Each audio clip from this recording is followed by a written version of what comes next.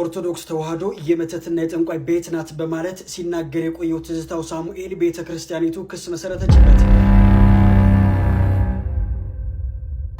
እኔ ምን ሆኜ ነው መከሰሰው? ምን አድርጌ?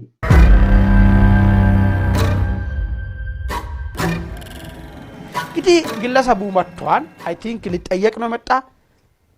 ተጠይቄ ጥፋቴን በህግ ልታረም ብሎ ነው መጣ ወይስ እንዲሁ ዝም ብሎ ይሄ ተጠያቂ የማይሆንበት ማን አባቱ ጠይቀኛል የሚለውን ነገር አስቦ እንደሆነ በሂደትም እናየው ነገር ይሆናል።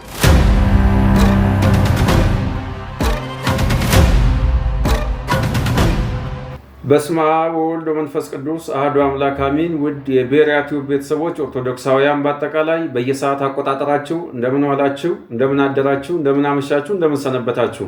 እግዚአብሔር ሰላም በእያንዳንዳችን ላይ ይደርብን። የእመቤታችን የቅድስት ድንግል ማርያም ምልጃና ጸሎት። ይህ ቤሪያ ቲዩብ ነው። ለቻናሉ አዳዲስ የሆናችሁ ሰዎች ካላችሁ ቻናሉን ሼር፣ ላይክ፣ ሰብስክራይብ ማድረጋችሁን ከወዲሁ እንዳትረሱ አሳስባችኋለሁ።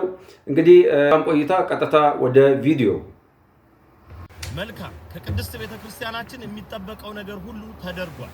በለፈለፉ ባፍ ይጠፉ እንዲሉ ትዝታው ሳሙኤል በእያንዳንዱ ቅድስት ቤተክርስቲያን ላይ የከፈተው አፍ ዋጋ ሊያስከፍለው ጊዜው የቀረበ መስሏል።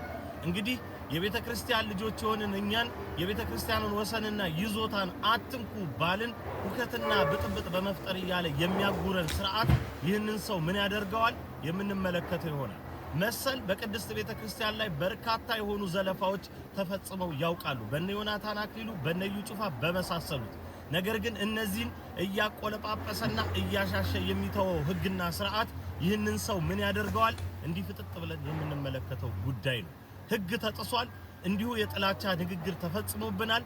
መንግስት የቤተክርስቲያንን ድምጽ ሰምቶ ህግና ስርዓትም እንዲሁ የቤተክርስቲያንን ጥሪ አድምጦ እርምጃ እንዲወስድ በትትና እንጠይቅ። ከዚህ በፊት ድሮ የኢትዮጵያ ኦርቶዶክስ ቤተክርስቲያን ዘማሪ ነበረ። ዘማሪ ትዝታው ሳሙኤል የሚባል ግለሰብ በኋላ ሃይማኖቱን እንደማንኛውም ሰው ቀይሮ ፕሮቴስታንት ነኝ ፓስተር ነኝ ካለ በኋላ ውጭ ሀገር ላይ የተለያየ ጊዜ የተለያየ ስብከቶችን ሲያካሂድ ነበረ። በሚያምነው መንገድ የፈለገውን ያመነበትን ነገር ለማስተማር ብዙ ጥረቶችን ሲያደርግ ነበር። እሱ ያው የተለመደ ነገር ስለሆነ ምንም ችግር ያለው ነገር አይደለም። ሃይማኖቱን እንትን ባለበት ሁኔታ ውስጥ ስለ ሃይማኖቱ ብዙ ነገር መግለጽ ይቻላል። የደረሰበትም የራሱን እውነትንም ለሌሎች ማስረዳትም ይቻላል። ነገር ግን ሁለት ነገሮች መሰረታዊ ነገሮች ከህግ አግባብ ሊያስጠይቀው የሚችለው ነገርና ከህግም አልፎ ከኢትዮጵያውያን ከሞራል ጉዳይም ተጠያቂ የሚያደርገው ነገር በዚሁ መድረኩ ላይ ሲያቀርባቸው ነበር። የመጀመሪያው ምንድነው? ኢትዮጵያ ኦርቶዶክስ ቸርች ቤተክርስቲያን ለግብረ ሰዶማውያን መስፋፋት ትልቅ የሆነ አስተዋጽኦ አድርጋለች። እንግዲህ የሚል አደገኛ ውንጀላ ለቤተክርስቲያኗም ለሚመኖቹም አደገኛው ውንጀላ ጣል አድርጓል። ለዚህም እንደ ምክንያት አድርጎ ያቀርባቸው ነበረው ገዳም ውስጥ የወንድና ሴት ገዳም ይለያያሉ። ወንዶች ራሳቸውን ስሜት ሲመጣ ወደ ወንድ ለወንድ ግንኙነት ወደ ማድረግ ሄደዋል። ስለዚህ ቤተክርስቲያኗ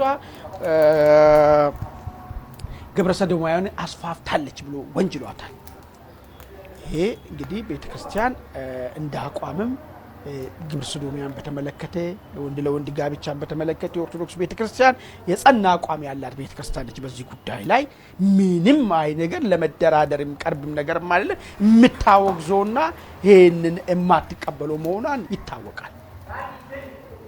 ነገር ግን ምንም መሰረታዊ ተጨባጭ ነገር ቤተክርስቲያኑ ፊት ለፊት ቆማ በምትጋፈጠው እንዳውም ሌሎች ቤተክርስቲያኖችን ይሄን የሚቀበሉትን በሚተችበት ሁኔታ ይሄንንም ግብረ ሰዶማውያንን በፍጹም አውግዛ በሚታስተምርበት ሁኔታ እንደዚህ አይነት ምንም ተጨባጭ ማስረጃ በሌለባት ቤተክርስቲያኗን እንግዲህ ወንጅሏል፣ ስሟንም አጥፍቷል። ይሄ የህግ ጉዳይ ነው የሚሆነው ማለት ነው። አንድ በልኝ። ሁለተኛ ምን ይላል በኢትዮጵያ ህግ ላይ ማለት ነው? ሌላኛው ቤተክርስቲያን አማኝ ስለ ሌላኛው አማኝን የሚያንቋሽሽ ነገር መናገር አይችልም ይላል። ይህ ግለሰብ ግን በተለያየ ጊዜ በተለይ ታቦትን በተመለከተ በጣም ክብረ ነክ የሆነ ንግግሮችን ሲያደርግ ነበር። አይ ታቦት አግባብ አይደለም ምናምን አይደለም እሱ ማስተማር ይችላል ፍለጡ ቁረጦ ምናምን ብሎ ምናምን በጣም ያፌዘ ማለት ነው። ይሄ በቅድም ባልኩ ህግ የሚያስጠይቅ ጉዳይ ነው። እንግዲህ ግለሰቡ መጥቷል። አይ ቲንክ ሊጠየቅ ነው መጣ ተጠይቄ ጥፋቴን በህግ ልታረም ብሎ ነው መጣ ወይስ እንዲሁ ዝም ብሎ ይሄ ተጠያቂ የማይሆንበት ማነባቱ ጠይቀኛል የሚለው ነገር አስቦ እንደሆነ በሂደትም እናየው ነገር ይሆናል። ቤተክርስቲያኒቷን በዚህ ጉዳይ ላይ ክስ ታቀርባለች ወይስ አታቀርብም ብሎ ጉዳይ እናያለን። ካቀረበች ደግሞ የመንግስት አካላት ህግ አስፈጻሚዎች ተጠያቂ ያደርጋሉ ወይስ አያደርጉም ብሎ ነገር በሂደት ነው የምናየው። ብቻ ግን አሁን እርግጠኛ የምንሆነው ይሄ ግለሰብ ከዚህ በፊት ቤተክርስቲያኒቷ ግብረ ሰዶማውያን እንደምታስፋፋ ለግብረ ሰዶማውያን ተጠያቂ አድርጎ ወንጅሏታል። ቤተክርስቲያኒቷ ደግሞ ይሄን ጉዳይ አትቀበልም። አይደለም ግብረ ሰዶማውያን ማስፋፋት ግብረ ሰዶማውያን የሚቀበሉ ቤተክርስቲያኖችን ራሱ ታወግዛለች። ልክ አይደለም ብላ ነው የምታወግዘው። ይሄ በዚህ ሁኔታ ባለበት ስሟን አጥፍቷታል። ሁለተኛ እንግዲህ እሷ የምታመልክበትን ነገር የእሷን አስተምሮ የሆነ ነገር ማንቋሸሽ ነገርም ሲያደርግ ነበረ። ስለዚህ የህግ ሂደቱ ምን ይሆናል የሚለው ጉዳይ ነው። የህግ በላይነት ይረጋገጣል ወይስ አይረጋገጥም? ማንም እንደፈለገ ከህግ በላይ ይሆናል ወይስ አይሆንም የሚለው ነገር የምናይበት ሁኔታ አሁን ይፈጠራል ማለት ነው። ይሄ ነው ያለው። ምናልባት አድማጭ ተመልካቾቻችንን በዚህ ጉዳይ ላይ ያላችሁትን የራሳችሁን ሐሳብ ስጡን። ማንኛውም ሰው ሃይማኖት መቀየር ይችላል። ከሃይማኖቱ ውጪ ስለዚህኛው አስተምሮ ክሪቲክ ማቅረብ ይችላል፣ መብቱ ነው። ይሄን ያደረጉ ነው ብዙ ሰዎች። ነገር ግን ያልሆነ ነገር ስለሌላ ቤተክርስቲያን ስም ማጥፋት እንደማይቻል ወንጀል ነው። ቢከሰስ እንደ ፍርድ ቤት ብታቆሙት እንዲህ ብታደርጉ ብለው የሰሩ ሰዎችን ተመልክቻለሁ። እውነት ለመናገር በግ ከነነፍሱ የቀበረ ጳጳስ እያለ እኔ ምን ሆኜ ነው የምከሰሰው? ምን አድርጌ? በግ ከነነፍሱ ቀብሮ እና እናስገድለው? አዎ ሳይሰማ እየተባለ በጳጳስ ደረጃ እኛ ወንጌልን ገልጠን ጣዖትንና ታቦትን ሰው እንዲለይ ያደረግንበት ሂደት አለ። 15 የኦርቶዶክስ ጽላት ሸጥኩኝ ለሙስሊም ሰጠው እያለ የሚናገር ጳጳስ በማስረጃና በመረጃ በድምጽ እያቀረበ እነዚህ ሰዎች ሳይከሰሱ እኔ የምከሰስበት ምክንያት ምንድን ነው? ደግሞ ሰው ስለ ወንጌል ሲባል ቢከሰስ ፍርድ ፊት ቢቆም በእውነት እግዚአብሔር ያከብረዋል እንጂ አይዋርም።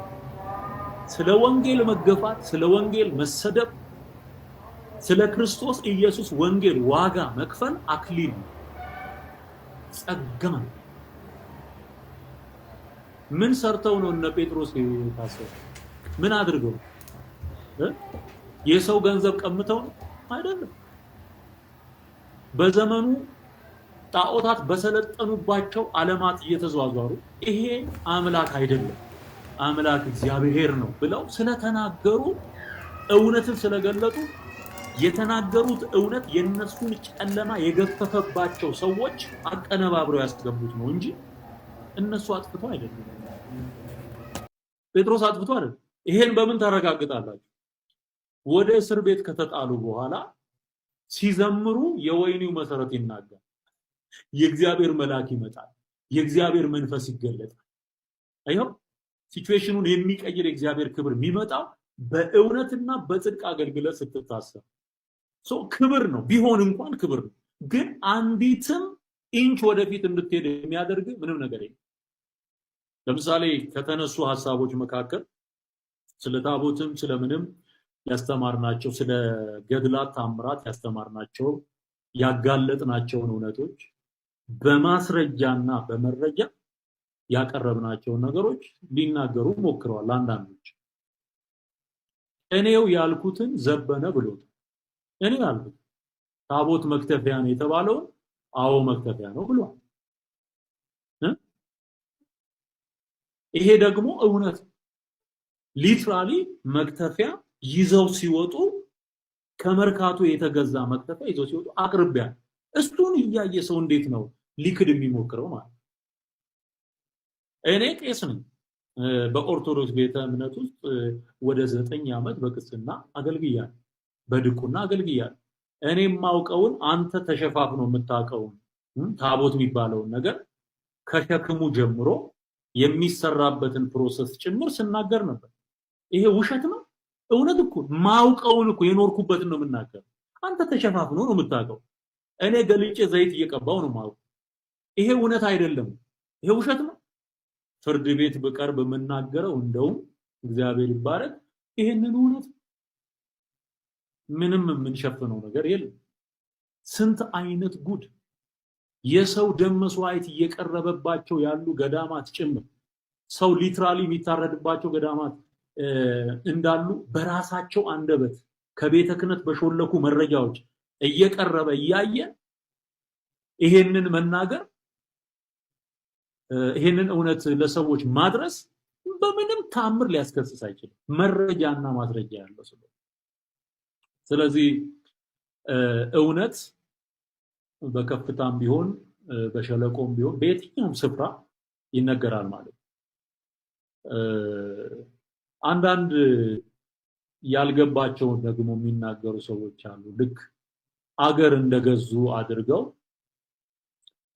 የሚያስቡ ደግሞ አሉ። ማለት ሌላ ሃይማኖት ያለው ሰው ኢትዮጵያ ውስጥ መግባት እንዳልተፈቀደለት አድርገው የሚያስቡ በጣም በጣም ጠባብ የሆኑ ሰዎች አሉ። በጣም ምስኪን የሆኑ ሰዎች አሉ።